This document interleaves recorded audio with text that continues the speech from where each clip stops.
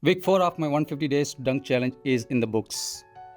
This is the stage where most people slow down or even quit.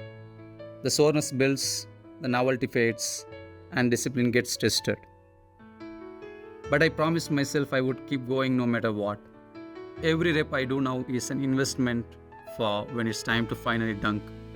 This week was less about chasing highlight moments and more about proving I can stay consistent through the grind.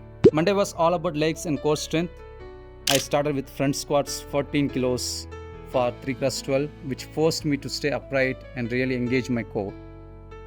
Then came box squats at 40 kilos, 3 sets of 10, where the goal was not just lifting the weight but driving up explosively.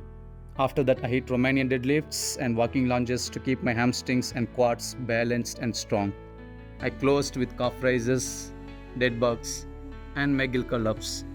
The kind of small unglamorous work that builds durability and makes sure I can keep training hard week after week. Tuesday was lighter, focused on moving well rather than going heavy. I worked on dead bugs and 90 by 90 flows to keep mobility sharp and core activated. Then I hopped on the cycle for 15 minutes of steady pedaling, just to flush out the soreness and keep blood moving. I ended up with leg extensions, 4 sets of 12, isolating the quads and getting that focused burn.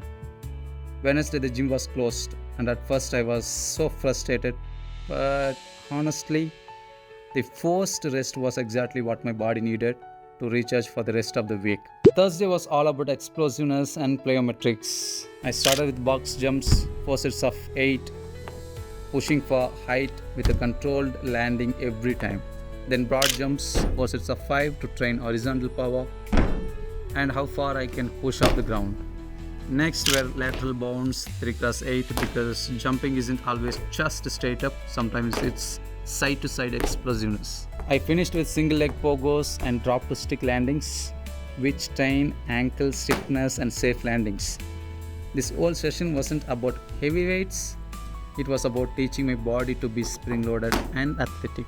Friday shifted back to heavy lifting. I pulled trap bar deadlifts, 4 sets of 6, one of the best exercise for building pure vertical power. After that, I went into Bulgarian split squats, 3x8 per side, which are brutal but incredible for single leg strength and balance. Then came weighted step-ups, 3 sets of 10 to mimic the drive of a one-leg takeoff. I wrapped the day with glute bridges and core work, making sure my hips and trunk are strong enough to transfer all the power into my jumps. These are the sessions that don't look exciting, but they directly translate into jumping higher. Saturday I gave attention to the upper body. I started with horizontal pulls and vertical pulls movements that build back and pulling strength. Then I hit face pulls, RDLs, both critical for shoulder health and posture. After that came curls, which may seem like just arm work, but every bit of pulling power helps when you are driving upward toward the rim. A dunk isn't just legs, the arms, shoulders, and core all contribute to getting above the rim. So what did week 4 teach me? That progress is not always loud.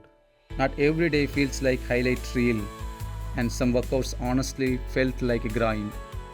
But those grind days are just as important as the breakthrough days, because they build consistency and resilience. My legs feel stronger and my jumps are sharper, and I can feel myself getting closer to the rim.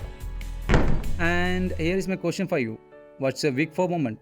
The time where it feels easier to quit, but you kept pushing anyway. Drop it in the comments. I want to hear your story. 1 month down, 120 days to go. The rim is waiting, and weeks like this are the ones that will make the dunk possible. If you are following this journey, hit subscribe and stick around for week 5. The grind doesn't stop, and neither do I.